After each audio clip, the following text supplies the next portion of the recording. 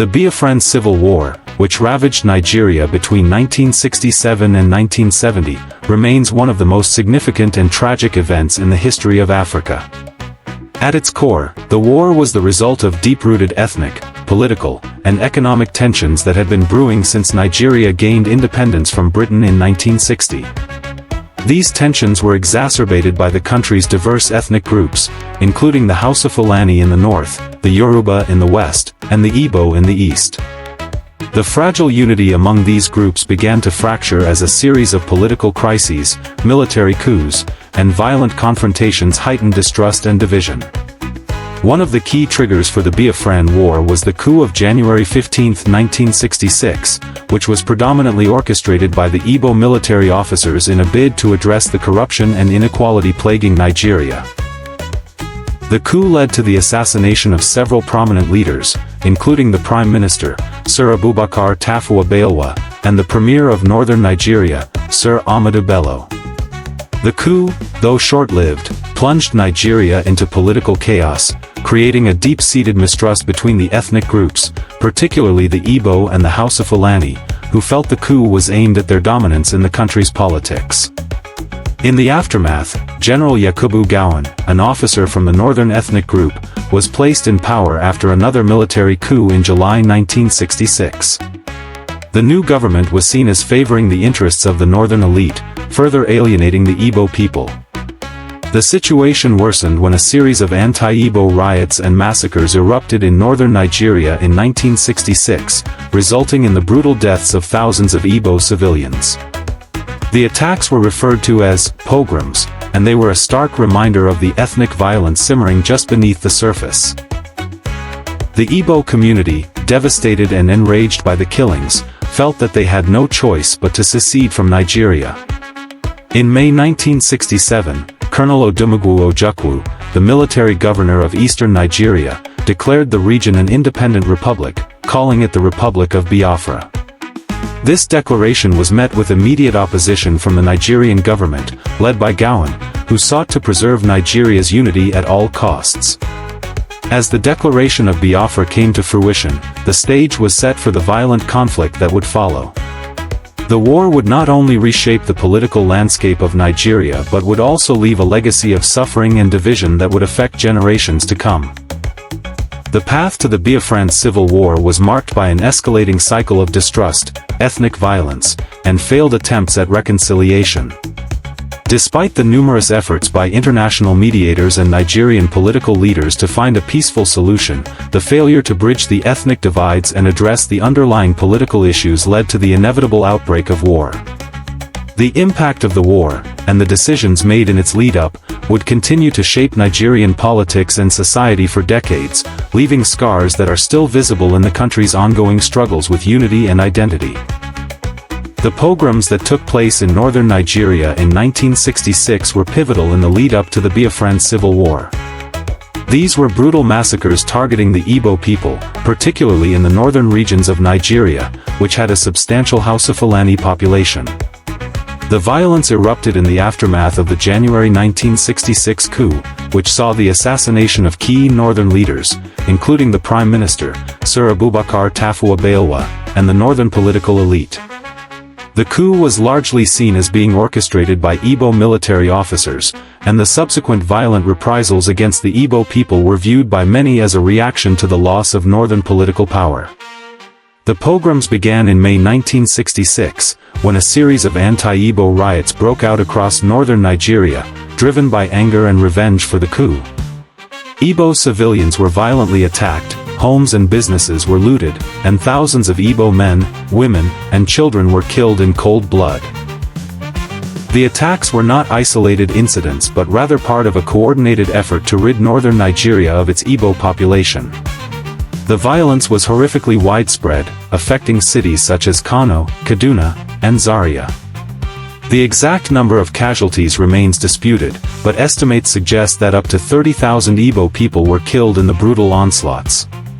The massacres sent shockwaves through the Igbo community, which already felt marginalized in Nigeria's political landscape.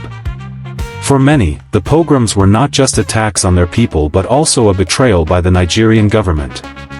The federal government's inability, or unwillingness, to prevent or stop the violence further deepened the sense of insecurity and injustice within the Igbo population.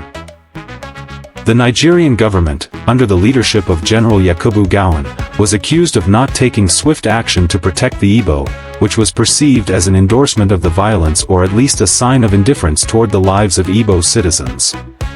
As the pogroms continued and more lives were lost, the Igbo community began to feel that there was no viable future for them within a united Nigeria. This sense of existential threat and the failure of the Nigerian state to protect them led to growing calls for secession. In response, Colonel Ojukwu, the military governor of eastern Nigeria, declared that the eastern region would form its own independent state, the Republic of Biafra, on May 30, 1967. Ojukwu's declaration of independence was a direct result of the atrocities committed against the Igbo people in the north, and it marked the beginning of a tragic and protracted civil war. The pogroms also had a profound psychological and cultural impact on the Igbo people.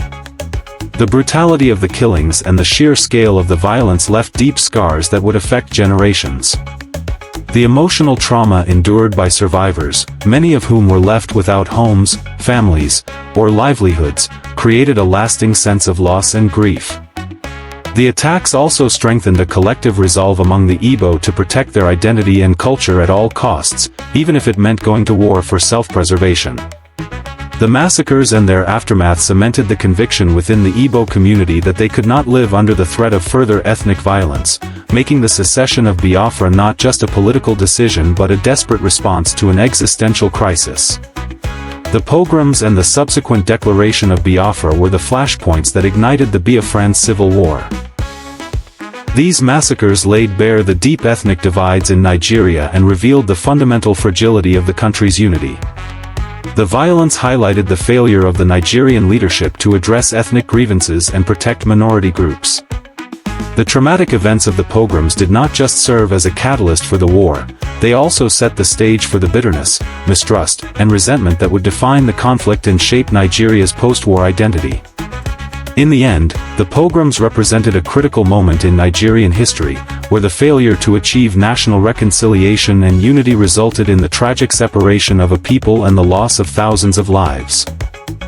In January 1967, with the Nigerian Civil War looming on the horizon, an attempt was made to negotiate peace between the Nigerian government and the leaders of Biafra. This was the Aburi Accord, named after the Ghanaian town of Aburi, where the meeting was held. The meeting was a last-ditch effort to avoid full-scale conflict and prevent the disintegration of Nigeria.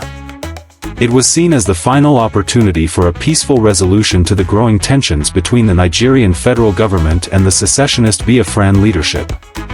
The Aburi talks were convened with the help of Ghana's then-President Kwame Nkrumah, who acted as a mediator. The Nigerian delegation was led by General Yakubu Gowon, the head of state of Nigeria, while the Biafran side was led by Colonel Ojukwu, the military governor of eastern Nigeria. The two leaders, both seasoned military officers, were at the center of the political dispute, with their relationship set to determine the fate of the country. At the heart of the negotiations were questions of power sharing, autonomy, and the preservation of Nigeria's unity.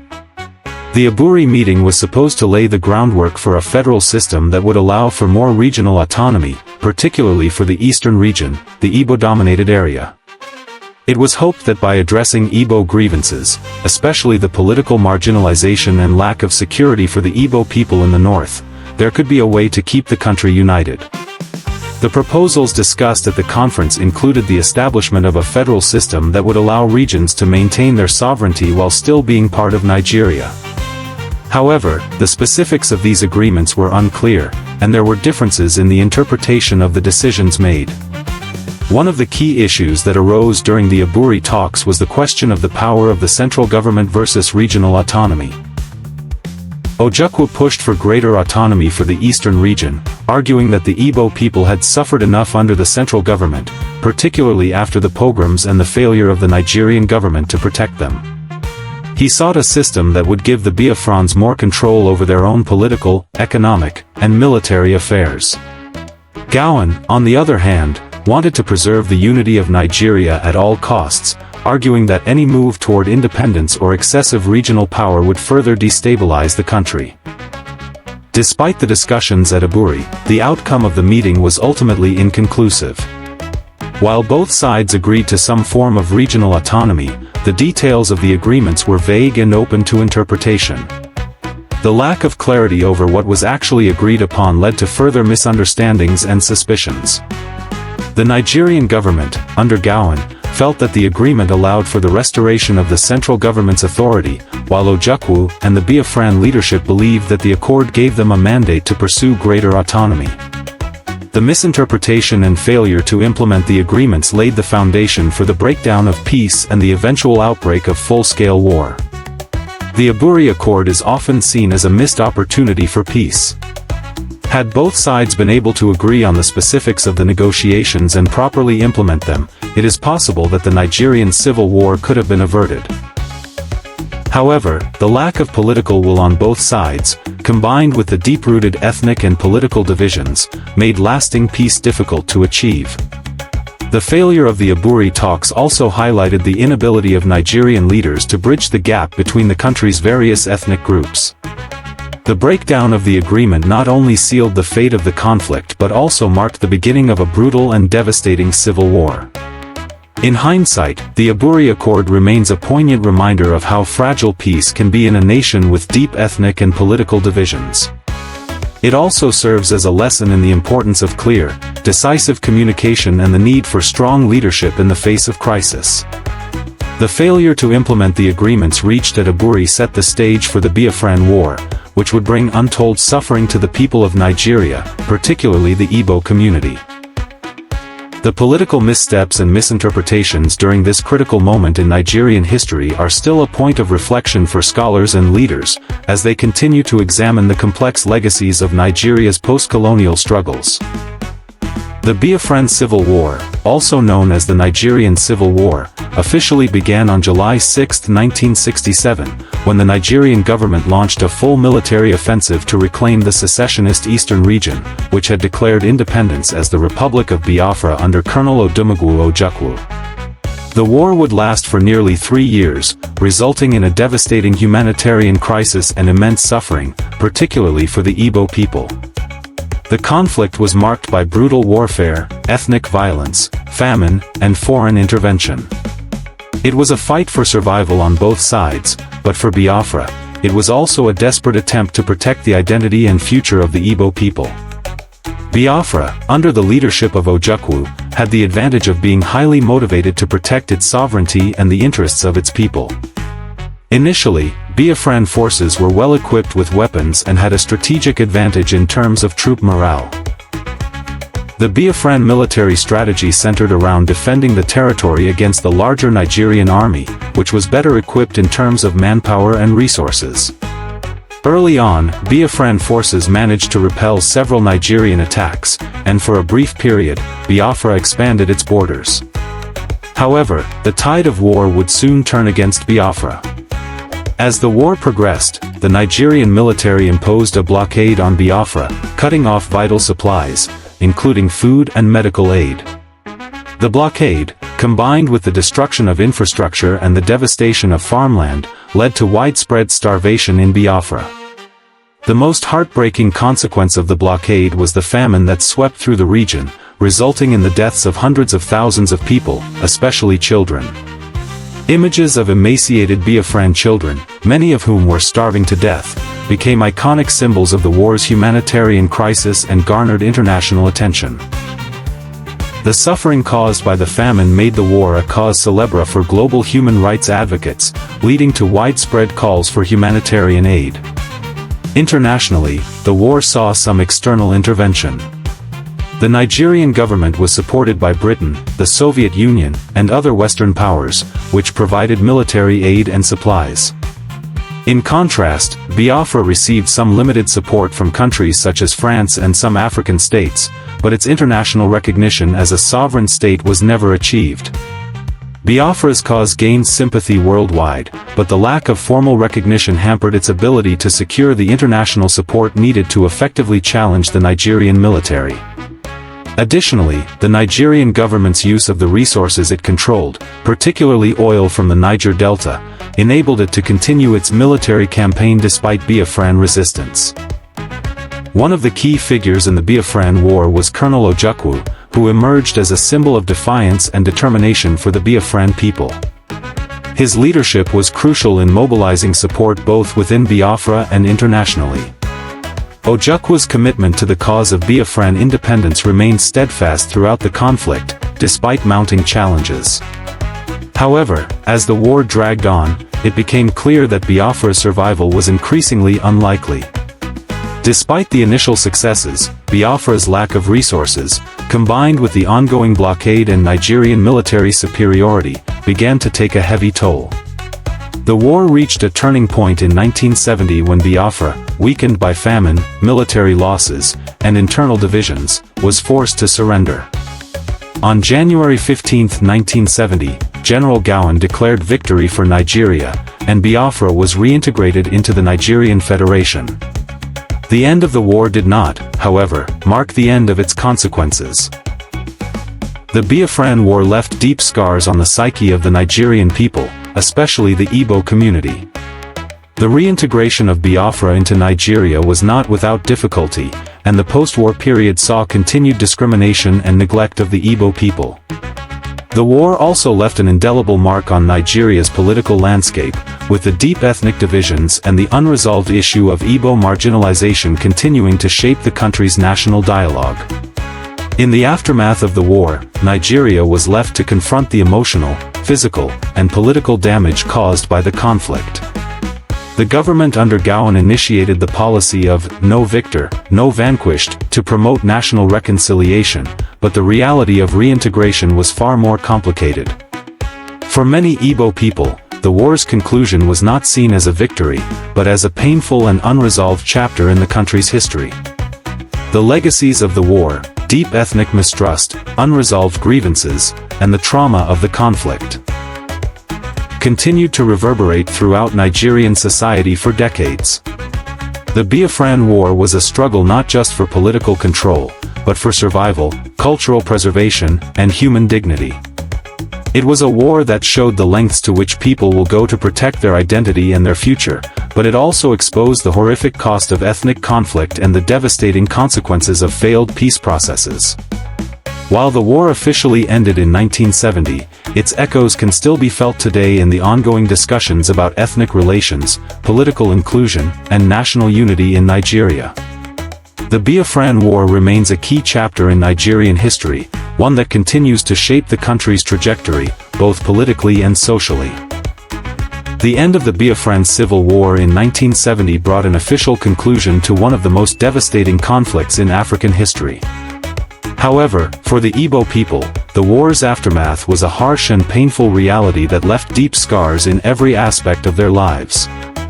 Despite the official policy of "no victor, no vanquished" introduced by the Nigerian government, the psychological, social, and economic consequences of the war lingered for years, affecting the Igbo community in ways that are still felt today. One of the most immediate effects of the war on the Igbo people was the trauma caused by the loss of life and the devastation of the eastern region. The war had left the Igbo community physically and emotionally shattered. The hunger, famine, and disease that ravaged Biafra during the conflict led to the deaths of over 1 million people, many of whom were innocent civilians. Thousands of families were torn apart, with people losing loved ones, homes, and livelihoods. The survivors, particularly the elderly and children, faced not only the grief of loss but also the trauma of witnessing unspeakable suffering. Many had to flee their homes during the war, and upon returning, they found their communities and villages decimated, further exacerbating the emotional toll. Economically, the Igbo people faced a grim reality after the war. The eastern region, which had been the heart of Biafra, was left in ruins. The infrastructure, roads, hospitals, schools, and factories, was severely damaged or completely destroyed. The war disrupted trade and economic activities, and the reconstruction of the region was slow and inadequate. For many Igbo people, the war left them impoverished, as they had lost businesses, property, and assets. This economic hardship was compounded by the widespread discrimination that the Igbo faced in the post-war period, as many Nigerians viewed them with suspicion, blaming them for the conflict. The idea that the Igbo were rebels persisted long after the war ended, leading to social and political exclusion from many aspects of Nigerian life. In the years following the war, the Igbo people struggled to reintegrate into Nigeria's national framework. The federal government, under General Gowon, had promised reconciliation and unity, but the reality was that the Igbo were marginalized both politically and economically. Though the country was officially reunified, the Igbo felt that they were being treated as second-class citizens. Discriminatory policies, such as the denial of political appointments and economic opportunities, led many Igbo to feel betrayed by the very country they had fought to remain a part of. This sense of alienation was further reinforced by the dominance of other ethnic groups, particularly the Hausa Fulani and Yoruba, in the political and economic spheres of Nigeria. The psychological impact on the younger generation of Igbo people, who grew up during or after the war, was also profound. For many, the Biafran War became a defining moment in their collective memory, a symbol of resistance and survival. The trauma of the war, especially the experience of starvation and displacement, shaped the way they viewed their country and their place within it. Many Igbo children who survived the war carried with them the scars of hunger, loss, and fear, and this emotional baggage affected their development and relationships in the years to come. The war also deeply impacted their sense of identity. While many saw the Biafran struggle as a fight for survival and self-determination, others felt a deep sense of loss as they navigated the complexities of post-war Nigerian society. In response to these challenges, the Igbo community began to rebuild and redefine itself. Despite the social and political exclusion, the Igbo showed remarkable resilience, reviving their cultural practices, language, and traditions. The war reinforced their sense of solidarity and strengthened their resolve to ensure that the memory of Biafra and its struggles was never forgotten.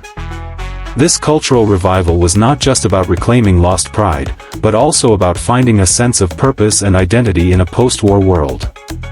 The Igbo community also sought to overcome the economic hardships by focusing on education, business, and entrepreneurship. Many Igbo people migrated to other parts of Nigeria and abroad, establishing themselves in various sectors and contributing significantly to Nigeria's economy. The psychological scars of the war have also left a lasting legacy in Nigerian politics.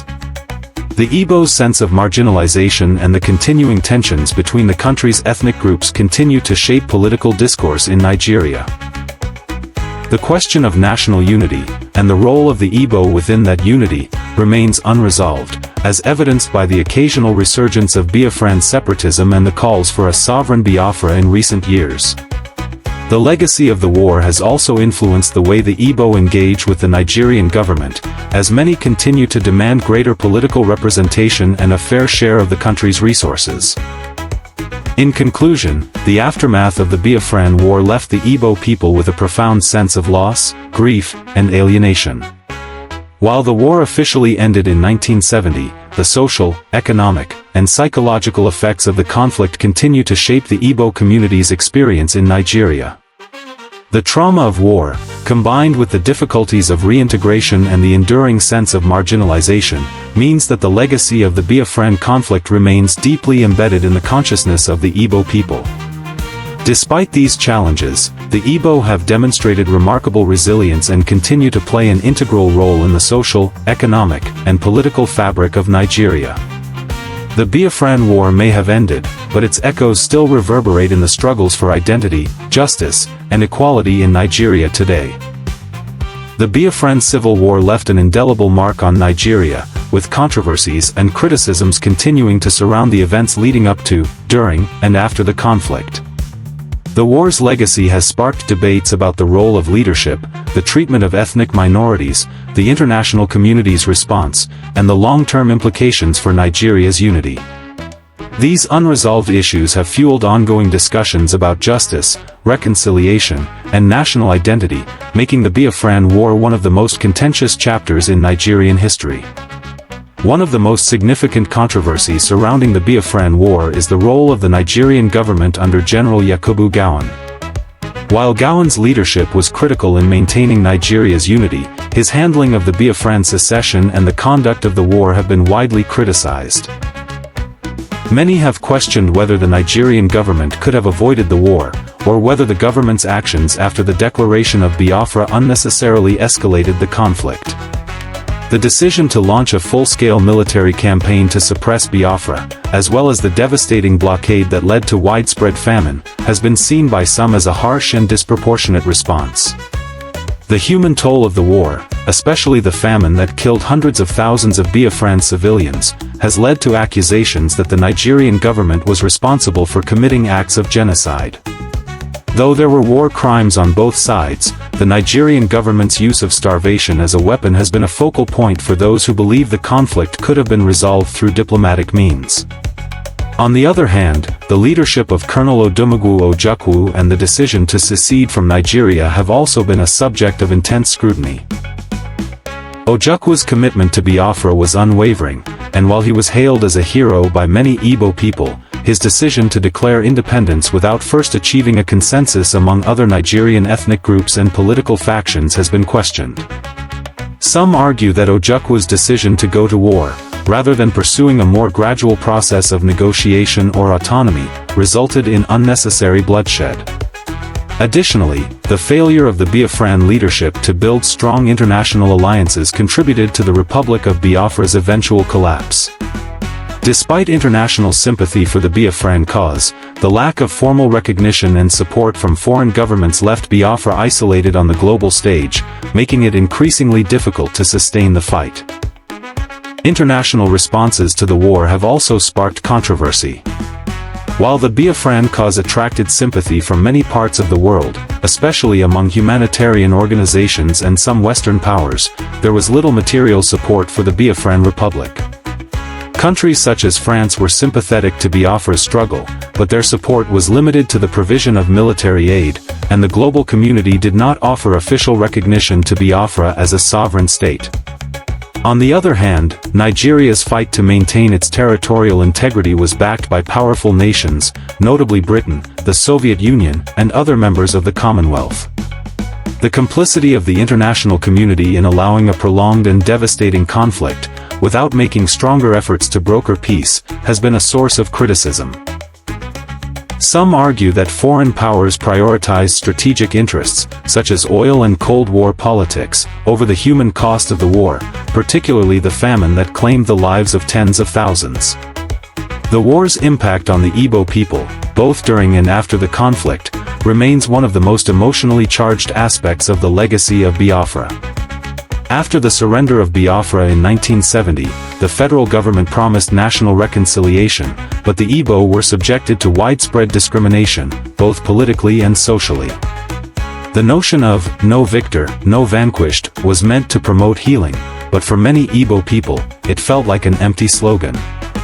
The economic and political exclusion of the Igbo continued for decades, with the federal government's reconstruction efforts in the eastern region seen as insufficient. The experience of being ostracized and marginalized following the war left many Igbo people with lingering resentment.